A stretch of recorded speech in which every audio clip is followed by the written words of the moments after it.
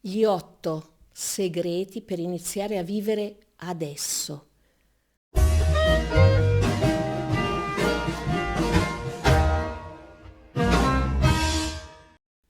Buongiorno a tutti. Io sono Cristina Ferrero, sono una counselor professionista, sono mediatore familiare e la mia professione è aiutare le persone ad aiutarsi a ritrovare quella forza, quella vita, quella visione, quella marcia per andare avanti nella propria vita. È proprio di questa marcia che parleremo qui oggi, parlerò con te, che nei messaggi, io li leggo tutti, nei messaggi mi dice sono stanco, ho una vita che non mi rispecchia, non so cosa fare, ho problemi con un figlio, ho problemi con la casa, ho problemi col lavoro, quando inizierò a vivere? E allora, e allora ho sentito e mi è venuto in mente questo video da una canzone di Baglioni che dice la vita è adesso e mi è venuto in mente questa cosa di dire la vita è un collage di pezzi come fosse un puzzle, un mosaico di adesso, adesso, adesso, non abbiamo mai nient'altro che l'adesso su cui portare energia. Adesso, questo adesso vale quello che avrò domani, quello che ho avuto ieri, quello che avrò fra 10 anni. Cosa sto aspettando? E come si fa a vedere la vita in un modo diverso? In questo video vedrai 8 punti, 8 segreti e ho preso questa saggezza, se volete, ci ho messo anche un po' del mio e io ve la voglio portare perché in ogni momento purtroppo abbiamo troppo nella nostra vita una vita a tunnel in cui vediamo solo quello che vogliamo vedere e portiamo la decisione di vivere nel bene o nel male, vivere l'unica vita che abbiamo e stiamo a fermarci, a bloccarci noi stessi, a guardarci intorno con frustrazione, con insoddisfazione. E allora io ti dico oggi è ora di smetterla, è ora di ascoltarmi e di vedere che cosa si può fare. Non aspettare la perfezione per goderti la vita. Non ci sarà mai momento più perfetto di quello che stai vivendo in ogni momento, perché la vita non sarà mai perfetta e il danno più grosso che ti puoi fare è procrastinare e intanto la vita passa. E c'era stata una bella figura di Anthony De Mello che diceva: noi nella vita passiamo come fossimo in un autobus, dentro a litigare, a invidiare quello che ha il posto più davanti e io sono dietro, posto finestrino, non vedo, e a passare lamentandomi che il bus va troppo forte, troppo piano, abbiamo le tendine tirato, passiamo attraverso la vita e non la vediamo veramente. E allora i problemi si affrontano e la vita ce ne fa affrontare ancora e ancora e ancora uno ogni momento. E se noi aspettiamo che la vita la smetta di buttarci nei piedi problemi, imperfezioni, ehm, ehm, cose che ci danno fastidio, noi vivremo sempre aspettando un futuro che non arriverà mai. E allora tira un fiato, guardati e dici perché non adesso? Perché non adesso metterci della buona volontà? E inizia. Accetta quello che arriva per quello che è. Troppo spesso ci troviamo a proiettare sulle cose che ci devono arrivare i nostri giudizi su quello che sia giusto o quello che sia sbagliato, cioè le nostre aspettative. Tenere il giudizio sulle cose è naturale ed è giusto, sempre però tenendosi nel presente e lasciando andare il senso di onnipotenza in cui io possa controllare il futuro, cercando di prevederlo, prevenirlo, che anche qua è sano fino a un certo punto, ma poi si fa prima ad accettare le cose per come arrivino, che non che sia cercare di dipingerle, di crearle tutte e quando non ne arrivano in quel modo, ma arrivano in un modo diverso, perdermi nella frustrazione, nel lamento, avendo l'alibi di fermarmi a dire questa vita non mi piace perché non è quella che volevo io, non è quella che volevi tu, è soltanto diversa. E allora rimanere aperti a quello che la vita mette giudicando, bene, ma da lì ripartire. In ogni momento io sono sempre e soltanto padrone del mio futuro, sono sempre e soltanto padrone di questa roba qua e di quello che io posso pensare. Io posso sempre e unicamente contare su di me e sulla mia interpretazione delle cose che arrivano. Se io continuo a interpretare negativamente perché ho delle aspettative e le cose non vanno mai, mai, mai come vuoi tu, vanno né meglio né peggio, diverse, e non me le faccio andare bene mettendole io come molle, come una cornice morbida, le cose, e intorno ci metto la cornice. Se tengo la cornice dura sulle cose devono entrare quella cornice, mi spiace, non c'entreranno mai e tu sarai sempre frustrato, scontento. Non sentirti obbligato a risolvere tutto subito.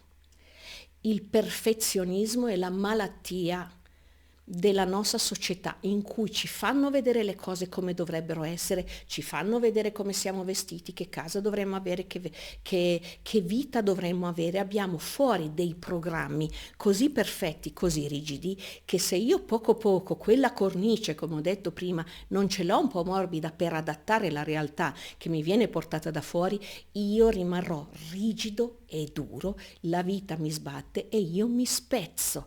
Il perfezionismo è un difetto perché non mi fa mai vedere le cose, non mi fa mai me adeguare alle cose, ma le cose si devono adeguare a me, nel senso che io come penso siano la perfezione che deve essere. Le cose non saranno mai come io le voglio, mai. E se saranno, perché io avrò imparato in un certo senso quasi a fare un compromesso, ad accettare tutti quei lati di cose che non andavano come voglio io. E allora cosa si fa? Non puoi risolvere tutto adesso per tacitare quell'ansia di perfezionismo, di insoddisfazione, di inadeguatezza, che solo se fai le cose in modo perfetto tu varrai qualcosa. Tu vali per le cose che fai e come sai e come soprattutto come puoi. Come sai e come puoi. Fai le cose al tuo meglio. Il perfezionismo non è di questo mondo. Fai le cose un pezzo per volta e fidati del processo. Il processo è che se tu farai le cose con buona volontà, con intenzione, con energia, le cose andranno. Dove andranno lo deciderai tu e le circostanze esterne. Ma fidati del processo, fidati della vita. 4. Non credere a tutto quello che pensi. La tua mente è un vortice, la tua mente è un vortice con filtri, con programmi, con sollecitazioni, che di te tante volte non ha niente. È un cagnaccio, scusate l'espressione, che ti morde da dietro e non ti fa mai stare tranquillo. Perché? Perché ti mette davanti i tuoi errori passati, perché ti fa aver paura del futuro, perché in ogni momento ti mette un'ansia di non essere abbastanza, un'ansia di non essere capace, un'ansia di aver fallito e allora fallisco ancora e allora mi parlo in un certo modo. E allora noi dobbiamo vivere, così si chiama mindfulness, cioè essere nel pieno della nostra coscienza in ogni momento, a capire quel rumore di sottofondo, di volere avere la mente che va, e tante volte la mente, soggetto, verbo. Per cui nei momenti di difficoltà chiudi gli occhi, respira forte, ascolta il tuo corpo, perché tante volte le risposte il corpo ce le dà, e non credere alla mente che ti dice che non sei abbastanza, che sei un fallimento, che non puoi far quello, che quella persona è così, quella persona è così. Rimani nel momento. Non puoi piacere a tutti. Non tutti ti apprezzeranno. Non puoi piacere a tutti e dovrai fare i conti sul fatto che a qualcuno starai sull'anima. Qualcuno sarà invidioso di te, o qualcuno sinceramente non ti vede per quello che sei. Ti penserà una piccola persona, ti penserà una persona di non grande valore. Ognuno ha il diritto di pensare quello che vuole, siamo sempre qui, e non è in mio controllo fare in modo che gli altri pensino di me quello che io vorrei che loro pensassero, scusate, creandomi come la giubba di Arlecchino una persona, una Cristina per ogni colore di quello che ti vogliono. Se ti vogliono in un certo modo, perché così pensano, ah, che bravo che sei, che bravo tu, e tu ti fai in un modo, poi ti fai in un altro, sei una persona per tutte le stagioni, uno nessuno 100.000, e poi ti trovi fermo e dici, ma io chi sono veramente? Che con quello dico troppi sì, con quell'altra persona invece mi faccio vedere in un altro modo e così via. Non si può piacere a tutti, facci i conti sul fatto di cercare di essere il miglior te stesso che puoi, quando fai del tuo meglio e alla sera ti guardi nello specchio e secondo coscienza pensi di aver fatto quello che potevi, sbagliando, certo, però quello che potevi a quel punto lì, questo basta. Se ad altre persone coi loro filtri interpretano quello che tu hai fatto in modo distorto, che non è la tua decisione di partenza di quello che avresti dovuto sembrare, ma la stortano che verbo, la distorta,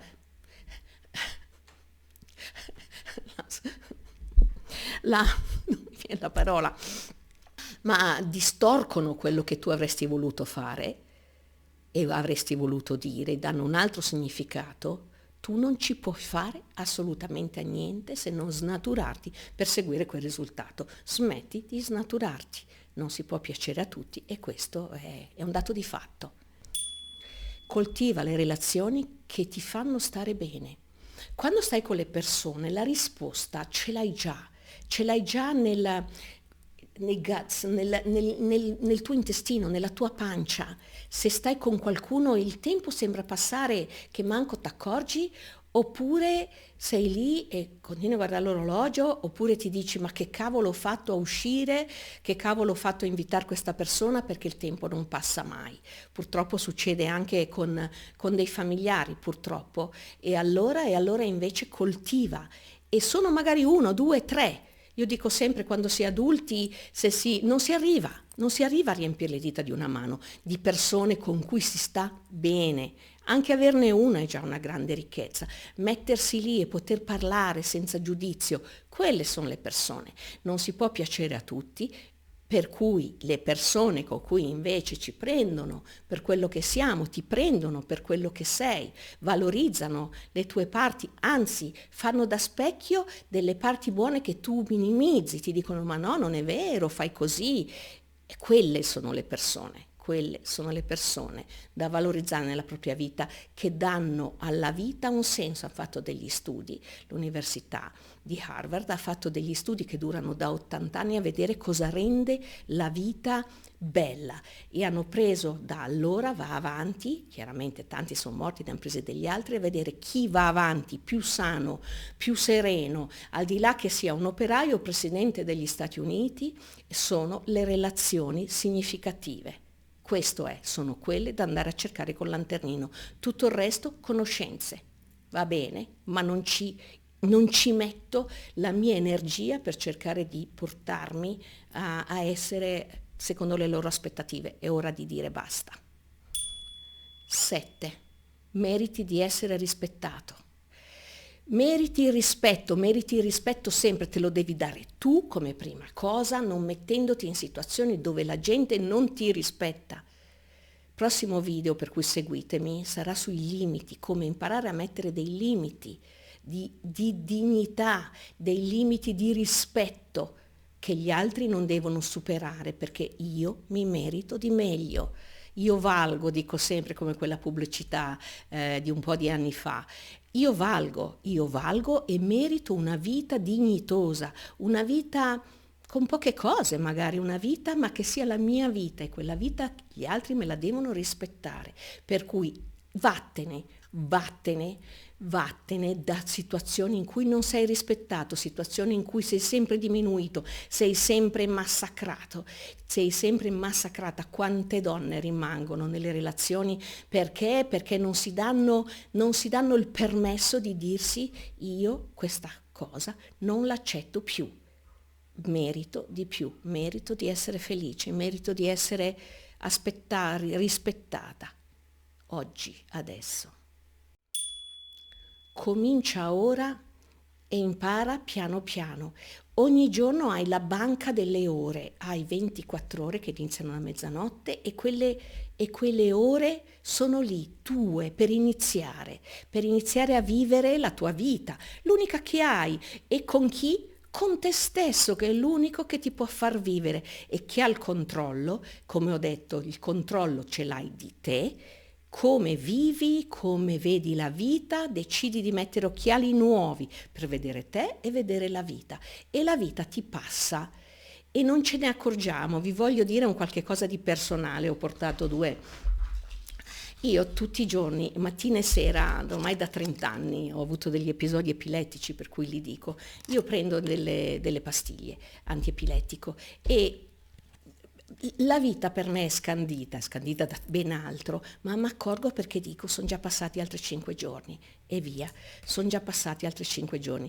E poi mi dimentico addirittura, li lascio sul mobile, non sono particolarmente ordinata a volte, lascio sui mobili questo e siccome ho iniziato un blister nuovo oggi, stamattina, avevo questi, ho detto questi sono 10 giorni della mia vita, questi sono il mio orologio della vita e ogni giorno è un giorno in meno. Col che gli antichi dicevano memento mori, ricordati che devi morire, poi il film di Benigni, ricordati che devi morire e Massimo Troisi che diceva mo segno, mo me lo segno, no? Ecco, io non ti voglio venire a dire qua ricordati che devi morire, però che il tempo scappa, il tempo è adesso, il tempo è adesso. Iniziare a vedere la tua vita in un modo diverso e iniziare a cercare, oggi è una bella giornata di sole, invece di star qua a fare i video come faccio io e oggi pomeriggio lo monterò, vai fuori tu, vai fuori, vatti a vedere, gli alberi in fiore, spero ci siano anche dove vivi tu, quelle piccole cose, non c'è in Italia niente che a 10 minuti non ci sia qualcosa di bello da andare a vedere. Iniziamo a riempire di piccole cose di bellezza ogni giorno, di dirci qualche frase gentile, ma soprattutto di iniziare adesso, a mettersi degli occhiali diversi e a iniziare finalmente a vivere, perché non c'è nessun altro momento così bello come l'adesso, adesso, e perché non quello di oggi? Io ti ringrazio di avermi ascoltato, ti ringrazio per i commenti che metterai, io li leggo tutti e ognuno mi tocca nel profondo e io ringrazio. Siamo qua a ragionare sulla vita. Se vorrai iscriverti al mio canale, pigia, iscriviti, pigia la campanella, ti aspetto al prossimo video. Nel frattempo vivi la tua vita e la tua vita come sempre io ti auguro che sia bellissima.